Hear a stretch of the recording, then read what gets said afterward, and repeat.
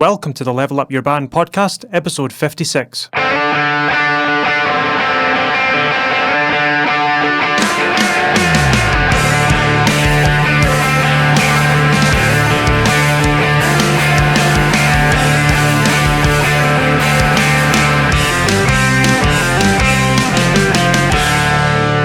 Hello, and welcome back to the Level Up Your Band podcast. My name is Gavin Patterson, and I'm here with Julian Pumbo.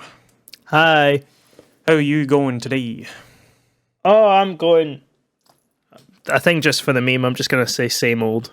Same old? Same old at this point. I'm just tidying my piano so I don't look like an absolute pig. Yeah. I'm just tidying things away. We can't actually see it on the camera anyway. And this is a podcast, I know, mate. Why do you care? I still feel self-conscious. I care. It's not like we're on YouTube or anything. I care. Oh wait, we are on YouTube. Yeah, exactly. But yeah, no, nothing much has changed. Yeah, still teaching, still doing the things. Just before the episode, Gavin and I were talking about a game that is like so good and yet so flawed and yet so good. Kingdom Come Deliverance, and it's good fun. I'm enjoying it. Gavin loves it. Yeah. Bugs and all. Oh yeah, it's great. Yeah, I haven't played it in a while, but it's basically a medieval role-playing game. Medieval simulator, peasant simulator. Yeah, it's great. Yeah, minus the dragons and potions. Oh yeah, no. Well, there's some potions, but even then, they're more like herbal mixtures. You know. Yeah. It's cool though. It's fun. Like it's really, really interesting. But again, this isn't a music. At this point, no. This is a music podcast. It's not a video game podcast. But you're actually doing a band. What's the word? Like a study of a band today. A Rise and Fall episode. You're leading this one. Yes. I thought I'd join the bandwagon. And join Julian in doing a Rise and Fall of. So, thus far we have covered Jefferson Airplane, Muse, and now we're going to do Dream Theater. So, this is a Rise and Fall of thing. So, what the sort of the criteria for being Rise and Fall, it's got to get to a band that has risen to prominence and then fell by the wayside. This band, I'm only going to talk about a segment of this band's history because they rise and they fall and then they rise again. It's like a phoenix. And then they fall again, arguably. But that's a hot topic. That's a bit of a. I'm not going to go into that. I'm going to go into their first rise and then fall. And we can talk about why they fell and all this stuff. So it's quite an interesting wee sort of story. By the way, we are being hyperbolic when we're saying rise and fall. Like all these bands that we're talking about are like massively successful. Of course they are. Yeah. It's just we're just just in case there is somebody who is like a hardcore like Dream Theater fan. They're like, how dare you? They're amazing. Like Gavin's a hardcore Dream Theater fan, so don't worry about it. Yeah. Like when we say rise and fall, we simply mean the reason why we're doing this is because we say rise, we mean they did something really good and rose to prominence, and here's how they did it. And then they fell somewhat from their previous success, and here's what happened and why it happened. That's the reason why we're doing this. Is we're trying to extract some wisdom from this. That's the whole point in this. Yeah. So, Dream Theater. Dream Theater, for those of you who don't know, is a progressive metal band that started in the 80s, late 80s, early 90s. Right. They basically around about the time the progressive rock which started in kind of the 70s. You've got bands like Rush, Genesis, Yes, Pink Floyd to some extent. Pink Floyd, Pink Floyd's kind of like the It's the beginner granddaddy. of sort Yeah. of like granddaddy of prog rock. Yeah. So, what's progressive rock? Progressive rock is rock music, but it has some elements of more technical, almost classical music. So you've got odd changing time signatures, wailing vocals, synthesizer samples, weird experimental sounds. Like this is like, if when we were talking about our in the last episode, which was Is Rock Music Dead? Yeah. That was the last episode, wasn't it? Oh, who knows? I don't know. Can't remember. But when we were talking about that, it was this, prog rock is like rock music has gone beyond just being music that you dance to now or you thrash about to. Yeah. It's become this whole other thing. So prog rock had been going for a little bit of time, from the 70s right through the 80s, and basically these guys invented a new subgenre of prog rock, and it was basically progressive metal.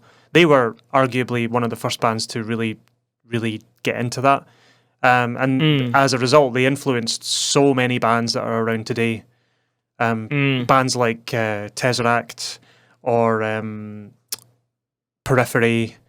I couldn't name more, but I'm not really into that genre. But there's loads of like technical metal bands that play like really complicated music, but metal. And it's, as a result of Dream Theater's sort of fame and prominence in the early 90s. So, we'll start at the beginning. The members, the first lineup of Dream Theater, or the first lineup of the band, was Mike Portnoy, John Petrucci, Kevin Moore, John Myung, and Chris Collins. So they all met in Berklee School of Music. So John Petrucci and John Myung were school friends, and they both decided they were neighbours, and they were like little boys growing up together. John Myung was a violinist, and John started on piano, and and he couldn't play guitar at all.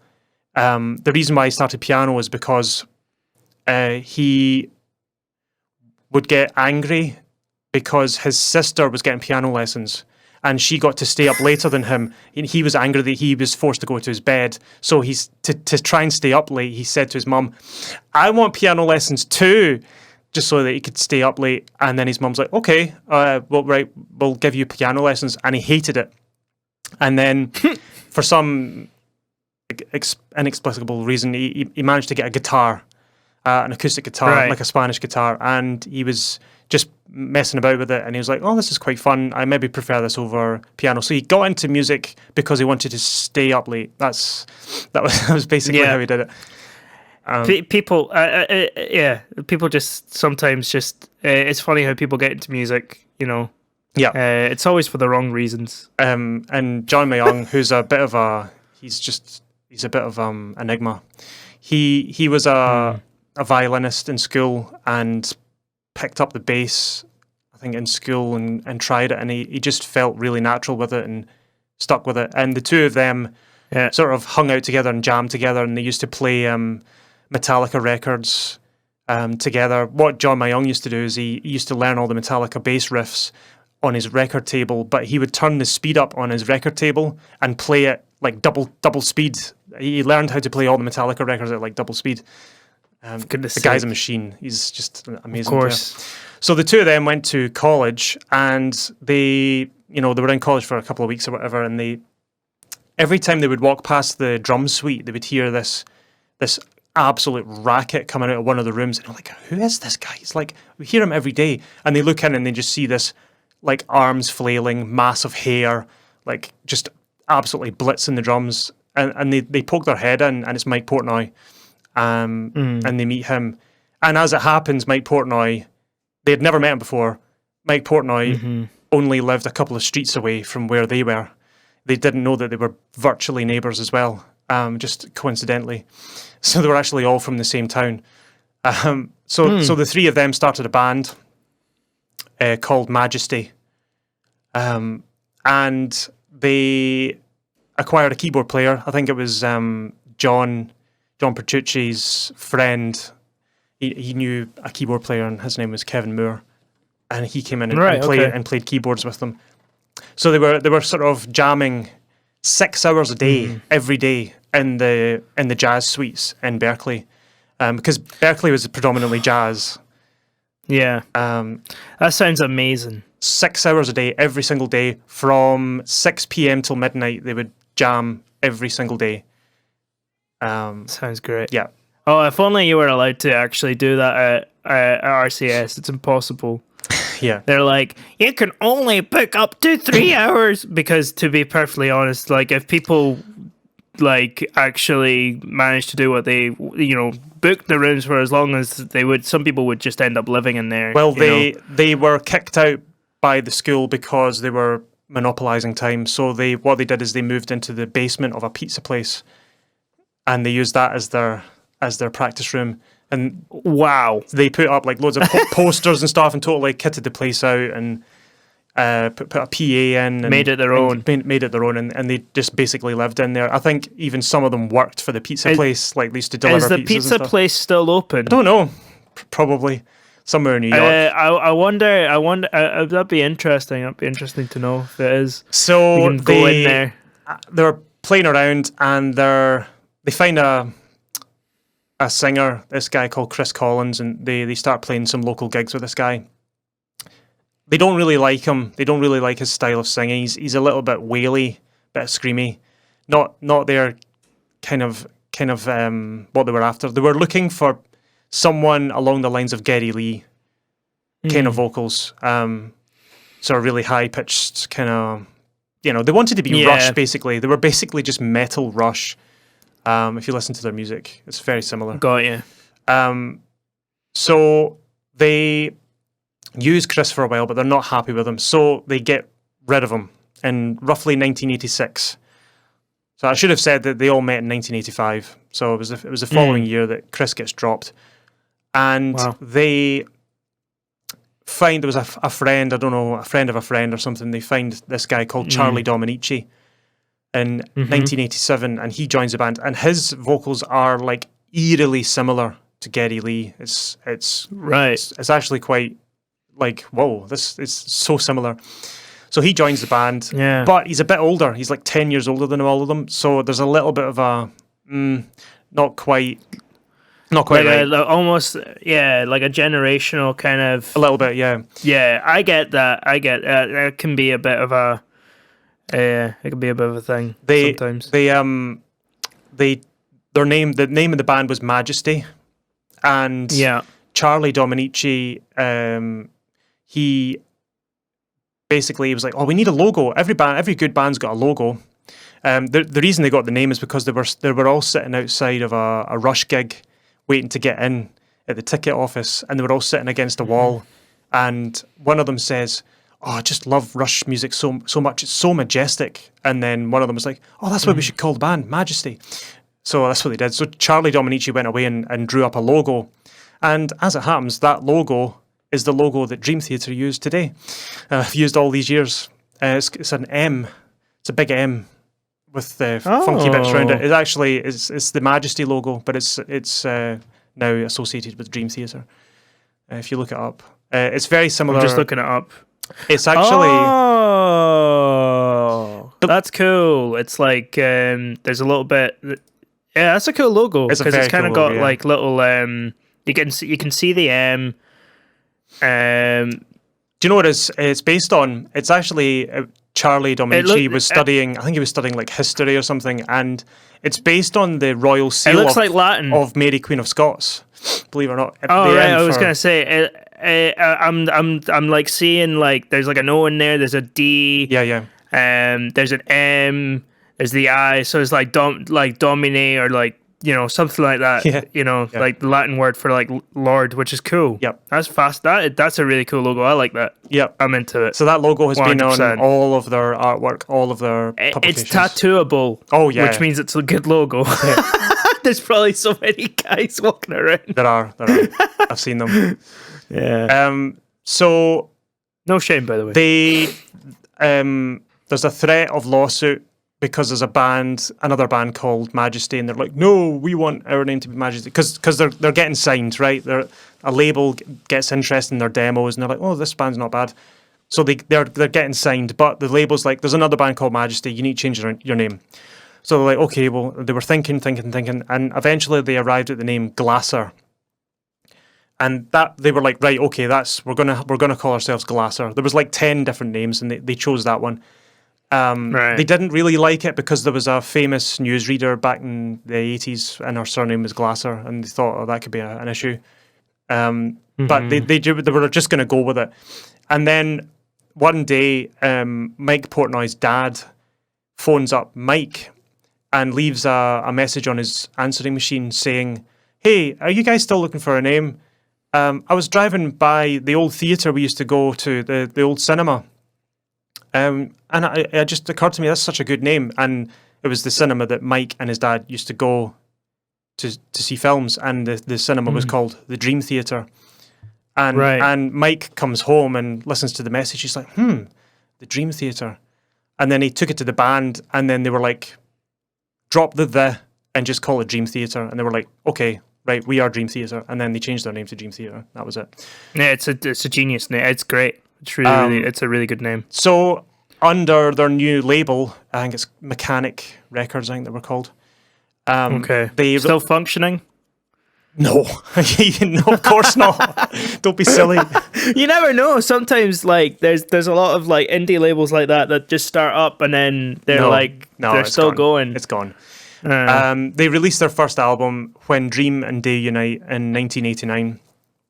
And it's, if you listen to it, it's on Spotify. It sounds absolutely dreadful. The music's okay, but the production was very, very terrible. And they release it, and the common complaint that everyone says is that Charlie's vocals are too harsh, tinny. They sound like lemons. There's a lot of criticisms for his vocals. It just sounds too sharp, too whiny. Right. And it's no fault of Charlie. It was the production. No. The guitars, the drums, everything sounds terrible. So it's just badly mixed. Very badly mixed, very badly recorded. Right. Just not good time at all. So, and that coupled with the fact that Charlie was 10 years older than them, and his aesthetic was not quite matching the band. Just the way he used to dress, and he had like leather trousers and all this stuff. I don't think they were really into. It was like a proper hair metal kind of guy. Yeah. And I don't think they were going for that. So they decided to let him go. Fair enough. So they're trying to find singers. They find a couple of singers to do like dep gigs and stuff to try them out, but it just doesn't really work. They don't really find their rhythm yet. They don't really have much of a fan base either. It's really, really small. So they're really struggling. So from 1989 to 1991, they basically are just an instrumental band, and they're just playing in their little rehearsal studio, writing like crazy, basically writing their next album. And they're writing all this music without a singer. They're writing melodies and stuff with a view to getting a singer to come in and sing this later on. And they're getting really frustrated. They can't find a singer. But eventually, they put up enough ads, and there's a guy from Canada, sends them a tape of him singing one of their songs and a picture. And they were like blown away by this guy. His name was Kevin Labrie. And they were just like, this guy's insane, we need to meet him. So they bring him down, and they get on so well. His voice is perfect for the band. And they said, right, you're in the band, but we want you to change your name because we already have a Kevin and we already have two Johns, and let's not make a meme of ourselves. It's like two Johns and two Kevins. So he was like, what's your middle name? Oh, it's James. Oh, can we just call you James Labrie? And he was like, okay, like, yeah, that's fine. So it's now James Labrie has joined the band, and they go to the studio and record. They get a new record deal as well. All right, okay. So they're on another label. I think it's East West. I think it was called, which is like a subsidiary of Atlantic, I think. I'm not 100% sure on that, but it's a sweet deal, and they get to go to a decent studio this time and get it done properly. And they record everything that they had practiced up until that point, and it sounds great. Everything's great. The recording went successfully, and it doesn't sound whiny or anything. So they, after recording that, they release it, and that first album that they released with the new singer is called Images and Words, which gets released in 1992. And then this is where it all goes kind of weird, because they accidentally did well. Now, I say accidentally. This band were not setting out to top the charts. They were setting out to make good progressive metal music. Yeah. And they accidentally got into the top 20 of the US charts.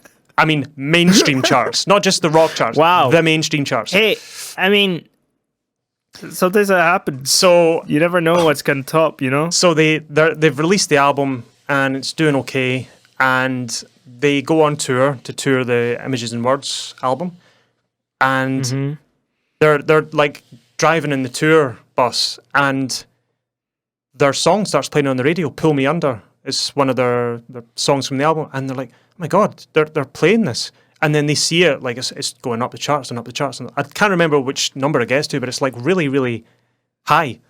They were like, whoa, this is insane.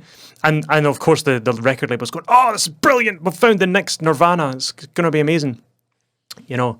So this is great, because they start booking bigger venues, and they get such a big, huge following really, really quickly. So this is great. Everyone thinks this is wonderful. So the label's like, more of that, please. We need more of that. So like, okay, great. So after the tour in 1993, they go back into the studio and they record a follow-up album called Awake, and it's very, very similar type music.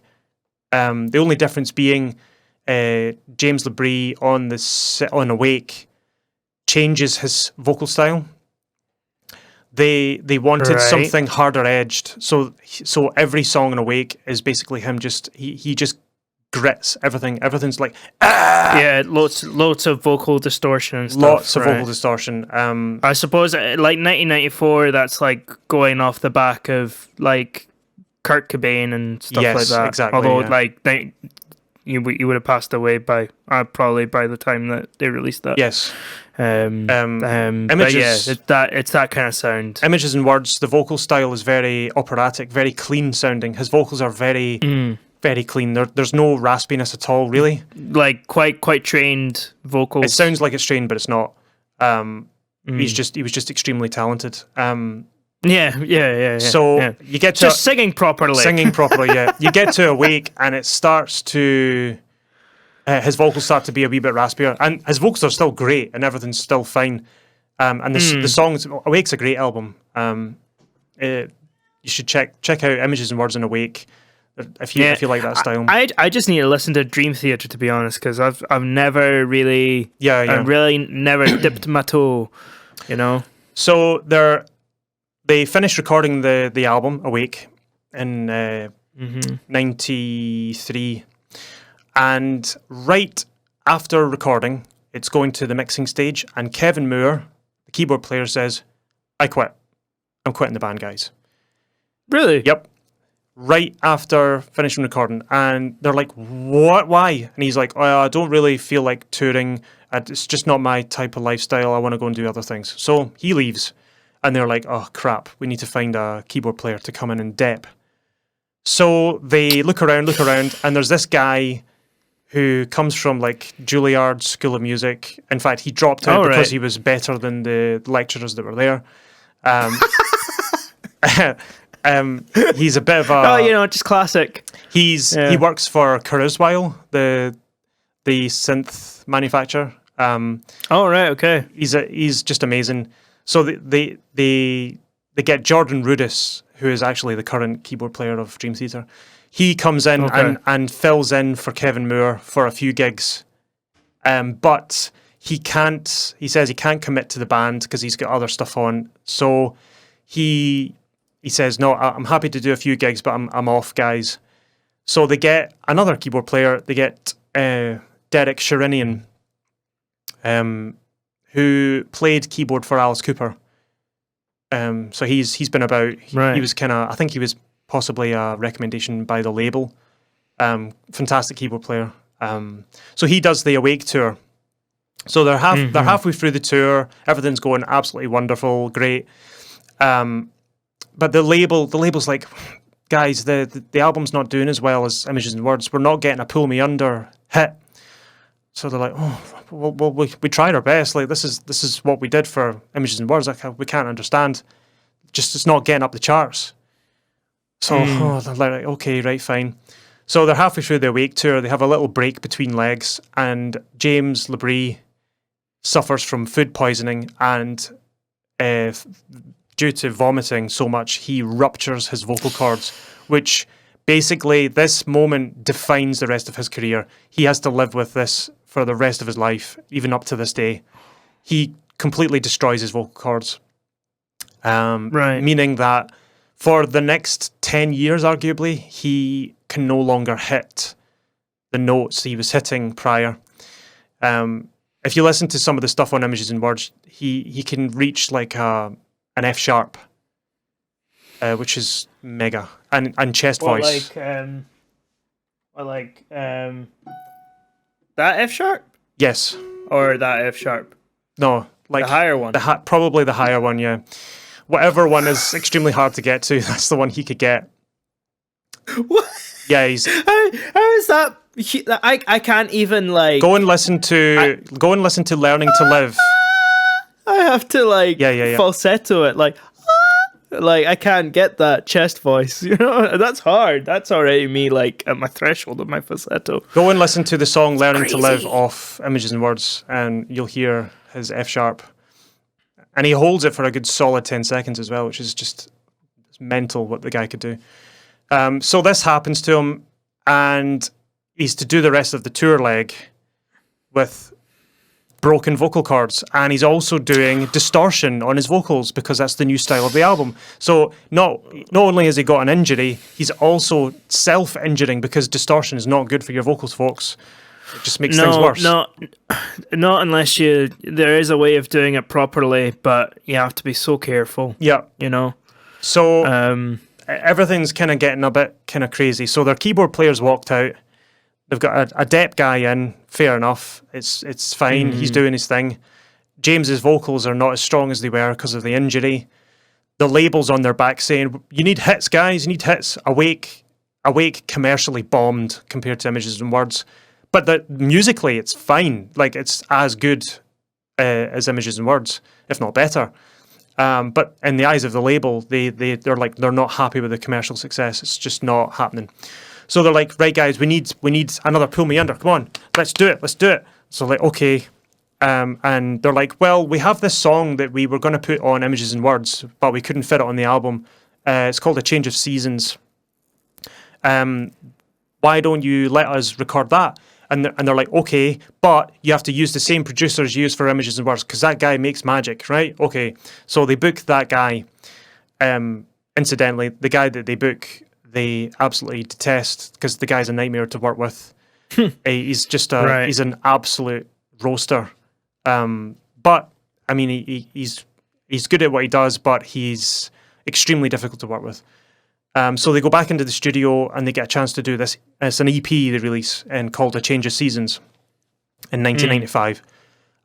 So this is a song that was supposed to be on Images and Words, but they're trying to recreate this Pull Me Under magic that got that hit, got the money in. So they record that and release it, and guess what? Doesn't do well. It doesn't sell. Probably because the song is like 15 minutes long. Right. And they also put some live tracks on it as well from some of their gigs. So it's not going well. It's not going well, guys. I mean, if you listen to A Change of Seasons, it's an absolute masterpiece. It's a great song. Like I said, I've never touched any Dream Theater, so I will after this, after we finish recording this episode. It's great. It's a great song. I'm sure I'll have a lot to say to talk to you about after listening to it. So it's not selling. So they make a deal with the label. They're like, right, you'll get one more shot at an album, right? You better make some hits, okay? So they're forced to make another album, right? So they get back in. Listen here, kids. Listen here, kids. So they get back into the studio. Derek Sherinian, this is the first time Derek Sherinian is actually contributing writing to the album, because A Change of Seasons was all the keyboard parts for that were written by Kevin Moore prior. So Derek was just coming in and sort of recreating what Kevin did. So this is the first time that Derek really comes into his own and gets to contribute to the writing of the album. And there's some cracking songs in the next album as well. It's Falling Into Infinity, which was released in 1997.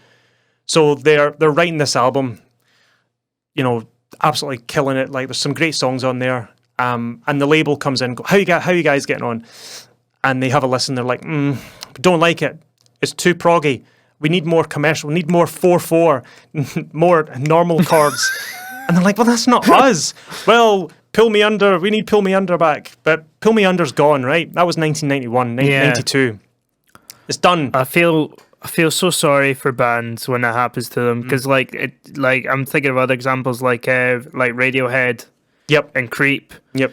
That must suck. It's horrible. It sucks so hard. Such a pressure. So what do? The label's like, right, this isn't good enough, right? And they pick one of the sort of more, because they told John Petrucci, give us some like poppy-ish songs. So John writes a kind of more rocky kind of, it's still them, it's still Dream Theater. It's actually a decent song. It's called You or Me, I think it's called.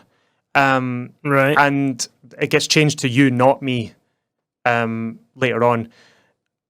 It's actually a really good song. The original demo is actually online. It's a decent song. All right, cool. But the one they replaced it with is terrible. So they get a guy called Desmond Child. Desmond Child wrote Living on a Prayer for Bon Jovi. So this guy's, he's in the eyes of a record label, is a hit maker, yes, he's the magic man that puts the magic powder and makes the songs into magic number one. So this magic guy comes in, right, and he gets You or Me, and he goes, cool song, but let's make it real hook. Let's make it hooky, guys. And he comes in and puts his own little thing. He rewrites bits of the chorus and changes the name of the song, and they record it, and the band's like, oh, fine, whatever, selling their souls basically. And imagine, and guess what? The song bombs. Oh, of course it does. I was just gonna say, imagine if it was like instead of like 1990, 95, 96, it's like it's 2020, and Desmond Child comes in and it's like, right, we need staccato hi-hats, we need a rap verse, and we're solid. Right, and some unrelated sample. We made a hit, guys. Yep. And you've got to put feet in your title. Featuring, you need to feature loads of people. Yep, that's exactly what happened. So we need to make this TikTokable. Anyway, while all this was going on, the band were getting a little bit sad. Wee bit sad. I can imagine, man. Wee bit depressed. I get it. Things are not going well. They feel like images and words. It was probably a bit of a. It was a blessing and a curse, because the success was fantastic, and they managed to establish a real good fan base that loved that music. But it also was a curse in the fact that they were constantly cursed by Pull Me Under to try and reproduce that fluke, essentially. But it was just, they were in the right place at the right time, in the music industry, and music moved on. You think early 90s, Nirvana was at their peak, rock music was having a resurgence, but see, by the mid 90s that had all gone, and it was all rap and hip hop and stuff that was all coming into the mainstream. And girl bands, boy bands, you know. So all the Disney Mickey Mouse Club people are starting to correct, like Britney Spears and Justin Timberlake and the like. Things were changing, and it wasn't their fault. It was the label not seeing how things are actually playing out and not being reasonable. So during this time, while all this album stuff was going on, they were going to release a song on Falling Into Infinity, which was a sequel to a song off of Images and Words. So there's a song in Images and Words called Metropolis Part 1, The Miracle in the Sleeper. It's a very weird name.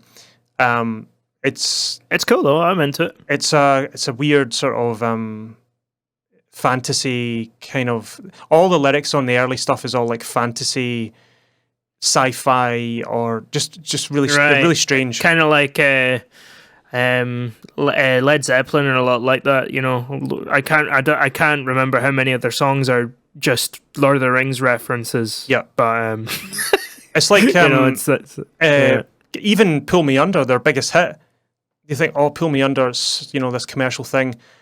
It's such a nerd song. It's based on Shakespeare. It's John Petrucci was studying Shakespeare in high school, and he wrote a song about a Shakespeare play, and it was called they call it Pull Me Under. It's I'm just looking it up here. I've got the Wikipedia page. I'm googling and looking things up as you're just for my own learning. Aye. But it's Hamlet. Hamlet, yeah.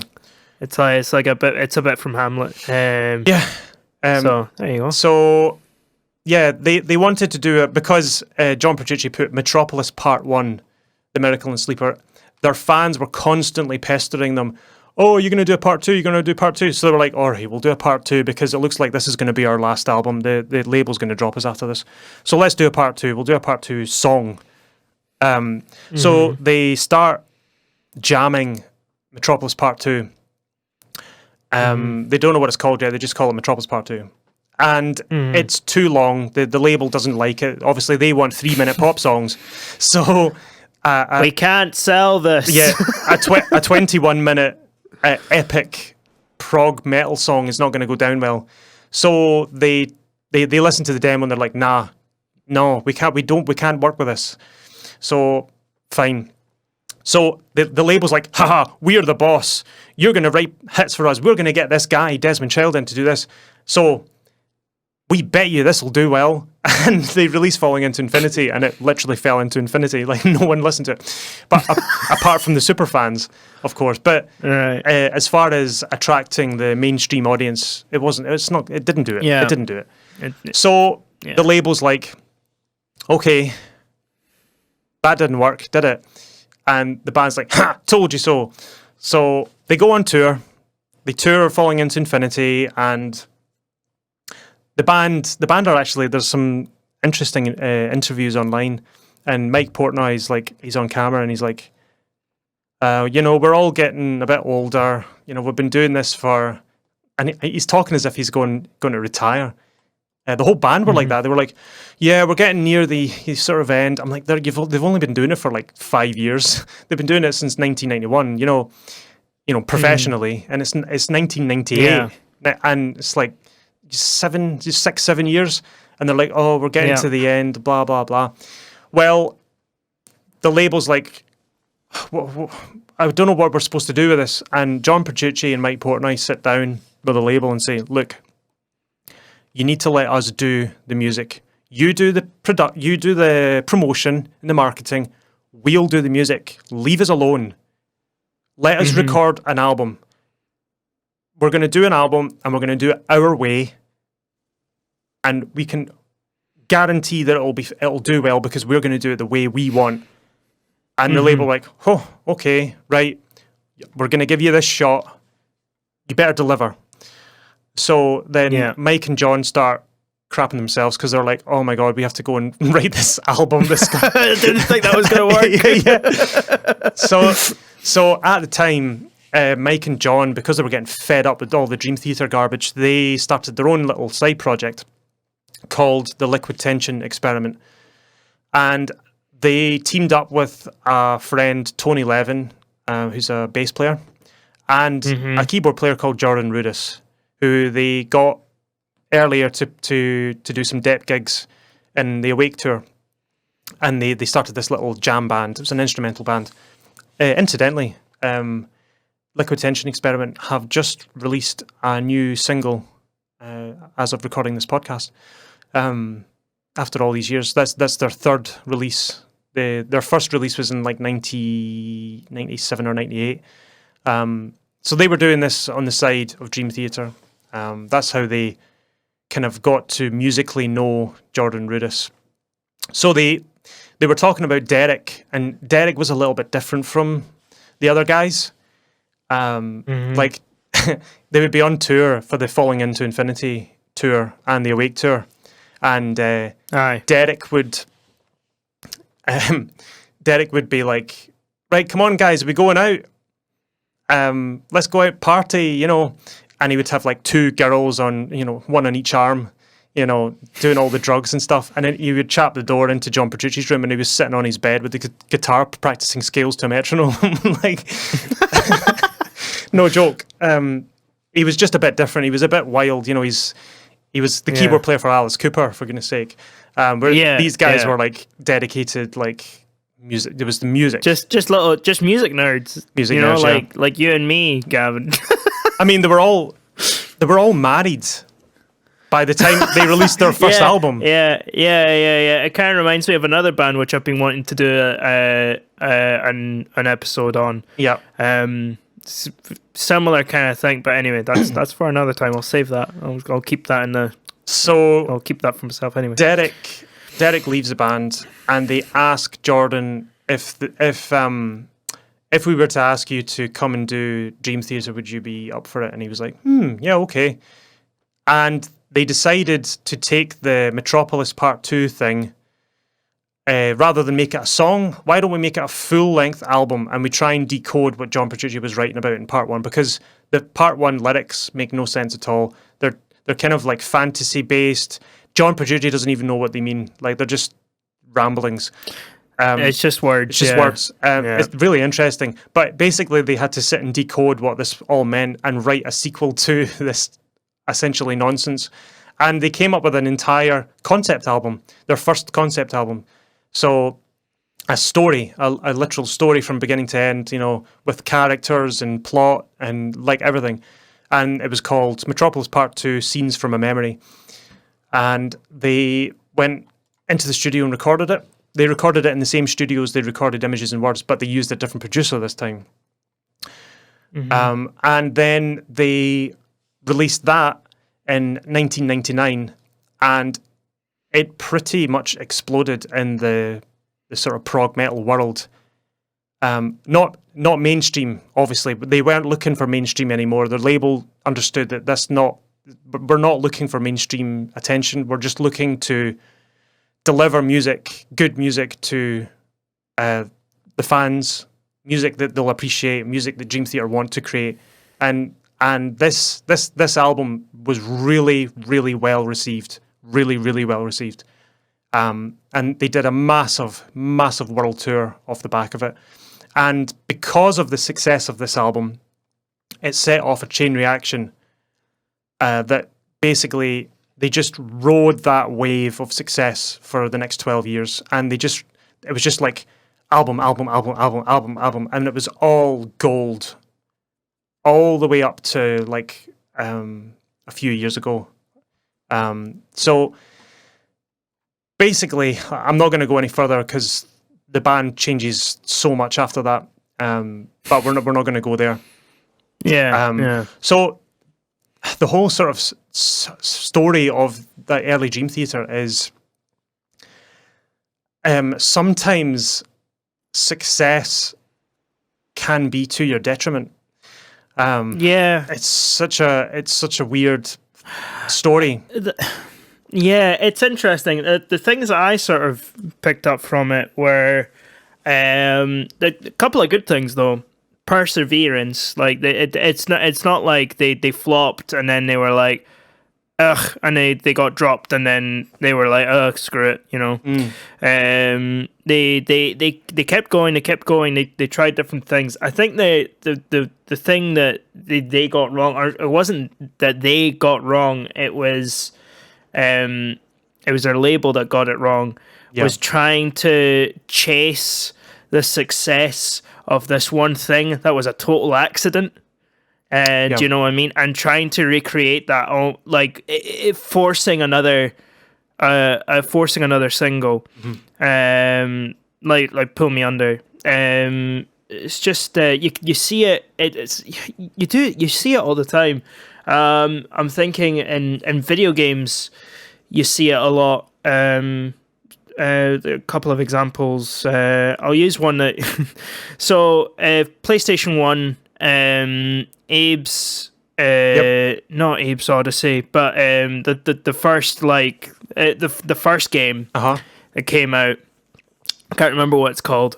Is it Abe's Odyssey? Yeah, I think so. Yeah, Abe's Odyssey. Oddworld. So the first, yeah. So the first one came out, and it was a huge hit. People loved it. People were buying it, and then they were they were like, okay, cool. Right, I can't remember the name of the developer. I think it's Lorne something. Lorne Lanning, I'm pretty sure is the name. And they were like, cool, you need to make a sequel. Cool, when do you want me to release? When is it getting released? 8 months. And he was like, what? And then he ended up he got quite lucky, but I don't know if that it was as successful as the first game. You know, it's the one that's getting re-released. Actually, there's a new game coming out called Oddworld Soulstorm, which is basically Lorne Lanning going, "This is actually what I wanted to do." Yeah. The sequel to actually be, but I was limited by technology and time and things like that. Yep. You know, you see it all the time in that. You see it in movies. Like Ace Ventura, huge hit, and then they were like, right, we need to make a second one, and the second one is never. I mean, it's fine. It's not a terrible movie, but it's nowhere near as good as the first one. No. You know, it's the same thing. Bruce Almighty. They're like, oh, it's a huge hit, and then they come out with Evan Almighty, and it's terrible. It's awful. But the difference being, in this case, they release Images and Words, and it's great. Yeah. And then they release Awake, and it's great. Well, they're both great. They're both great albums. It's just, it was just a fluke that Pull Me Under was just the right song at the right time, and it got successful.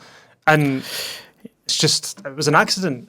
It wasn't as if they stopped creating good music. It was no. That's a good point. That is a good point. It's like Ace Ventura's number 2 is not as good a film as the first one. It's not as if the audience didn't like it because it wasn't very good.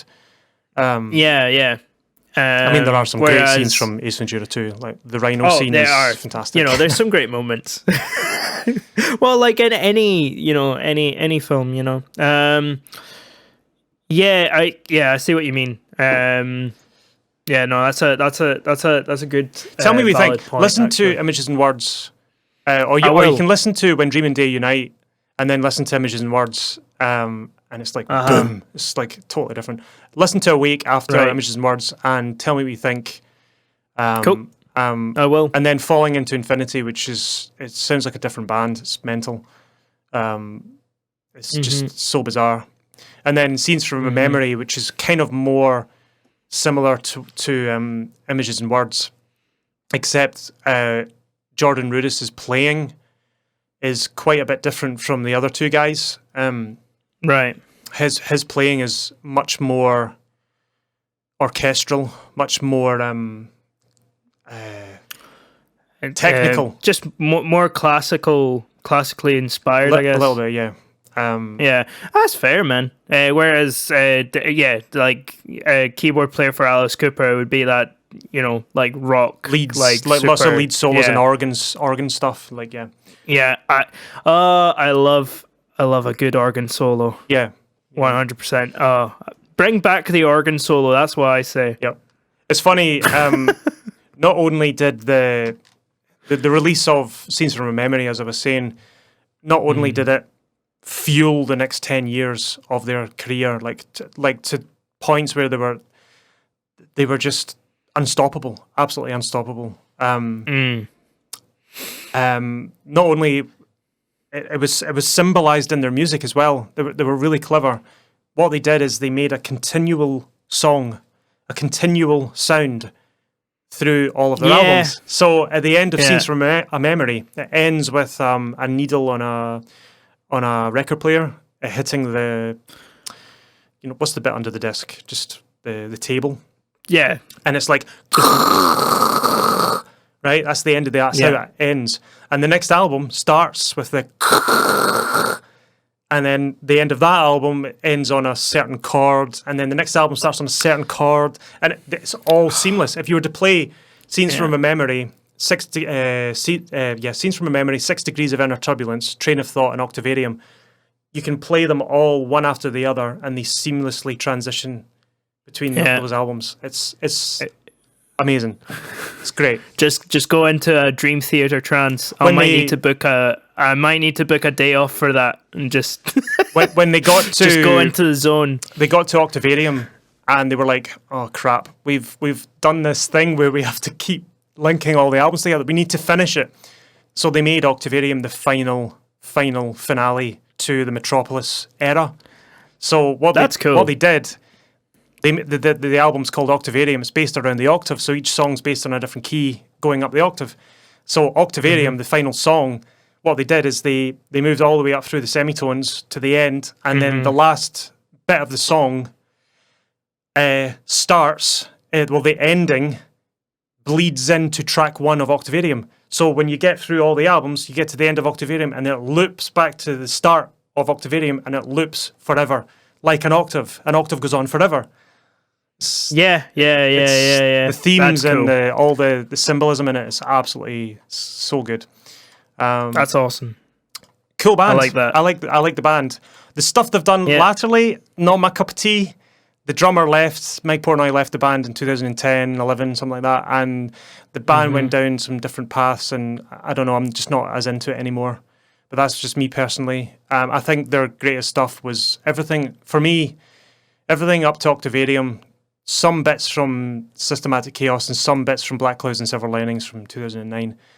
But I would say their greatest work was anything from when they begun to Octavarium. After that, I don't know, it just starts to... For me, it's just not... It's not my kind of cup of tea. You can listen to it, you can tell me what you think, but... Yeah, I will. I actually will. I'll sit down and... I don't know that I'm going to go... I don't know that I'm going to like get up and listen to like that whole like saga, because that will mess me up. Although, I don't know, I might try it one day. Train of Thought's a good album. If you like heavy music, Train of Thought is their heaviest album. It's just all metal songs. Cool. Great. Yeah, I'll just check out bits here, bits there, you know. Yep. It's been one of those bands that everybody talks about and everybody's into, and for me, I'm just always a bit weary sometimes when it comes to that, you know. If you want a good flavour of what the band's like, or used to be like, go and watch the live DVD Score from 2005 or 2006. The DVD's called Score. I think it's on YouTube, maybe. I don't know. Watch that gig. And they basically, during the gig, they play all of their music. Well, not all of their music, but all the sort of main ones from the earliest stuff to the latest stuff, you know, when that at the time of release. And it's great. And they play with a live orchestra and stuff. It's unbelievable. Anyway, cool. Right. So that was nice. Rise and Fall of Dream Theater. It's an interesting history of a band. Kind of like success, then thinking you're successful for the wrong reasons, and then playing off that, and then realizing you were wrong, and then actually staying true to yourself and recording music that you want to record, and then lo and behold, it does well. Don't write for an audience, write for yourself. Market for an audience. Yeah, totally. Yeah, totally, exactly. That's it. Like, you need to make, because if you write something, if you write for an audience, wanting an audience to like it, it just becomes predictable, and nobody actually likes it. There was an interesting little experiment that they did where they put out a survey. We should maybe talk about it in one episode. Not that it's got anything to do with bands, but it's just interesting. But basically, they put out a survey, and they were like, "What do you like in a song, and what do you not like in a song?" And to like, I don't know, I think it was like 1,000 people or something. And they took those results of the survey and made the best song ever and the worst song ever. The worst song ever is possibly the funniest thing ever. It's I won't even tell you. It's so good. It's fantastic. And the best song ever is just a bit boring. It's not actually that good at all, but they followed the brief of what people supposedly liked. It was the same thing with they did the same thing with a painting. They were like, what do you like in art? What do you not like in art? And the most liked artwork is just like some boring like American landscape with like a bald eagle and some stag, and there's like a George Washington is there or something like that. It's really bizarre. And the worst painting is some like cubist thing. Yeah. Something really avant-garde and out there and weird. So it's funny when might talk about that. It's so true. When you try to appeal to everyone, you appeal to no one. Yeah. If you try to be all things to everyone, you end up being nothing to no one. You're better just. I mean, that's why art is such an inward-looking thing, because you have to take it from within, not from, everyone else. Otherwise, it's not representative of your feelings. It's representative of what you think other people think and feel. Cool. So that was another rise and fall of. We'll need to think of some more bands to do, but I've definitely got a few in mind that like. Speaking of like one-hit wonders, we were thinking of doing an episode on a sort of case study on one-hit wonders. So we'll see if we can get that together for. I next week, think that'd be quite a fun one to do. And then we can start having a look at other bands or whatever. I'm enjoying this whole series. It's interesting. It's fun. Yeah. And it puts what we've been telling people into perspective as well. It's not just like, we're not talking out of our asses here. We're plus we just love pissing off Muse fans and Dream Theater fans. It's just what we love to do. Yeah, for sure. And just any fan of any band, Yeah, I'm hoping we need to pick a really controversial band that's going to make this podcast blow up, so people can go, "Oh, they're talking rubbish." Yeah. Anyway, cool. As always, if you're enjoying our rants online, you can leave us a nice shiny review and rating wherever you happen to listen to it, so that other people can get annoyed at us too. And if you can't get enough of us on the podcast, you can go and watch our lovely bright faces on YouTube and Facebook as well as listening to the sweet audio. You can look at our sweet faces as well. And if that is not enough for you, you can also go to the website and download some free PDFs and guides on music theory, guides on how to run your band with online tools, how to get the best affordable software. Gear. Yep, best software, best gear, affordable gear. We have all that available on our website, www.levelupyourband.com. There was another one I added, and I can't remember. Oh yeah, it was the don't you? I'll do a pitch. Okay, here we go. Hi. Do you ever go to a recording studio and not know what anyone else is talking about? We've got the thing for you. We have a PDF on studio jargon, so you don't have to Google things when you're in the presence of studio people. Yeah. Yeah, so you don't have to just stand there and like just like nod and go, yeah. It's the worst. I need to It's the do worst like feeling when I you need have to do an that. ending catchphrase like "bang and the dirt is gone," but I can't think of anything. No, it's hard, man. Yeah. I hate signing things off. Anyway, cool. So, we'll maybe get the notes together for a case study on one-hit wonders. We'll see how it goes. One hit wonders. We'll maybe do that next week. So until then, hope you all have a good week and catch you later. Bye. Right. Bye.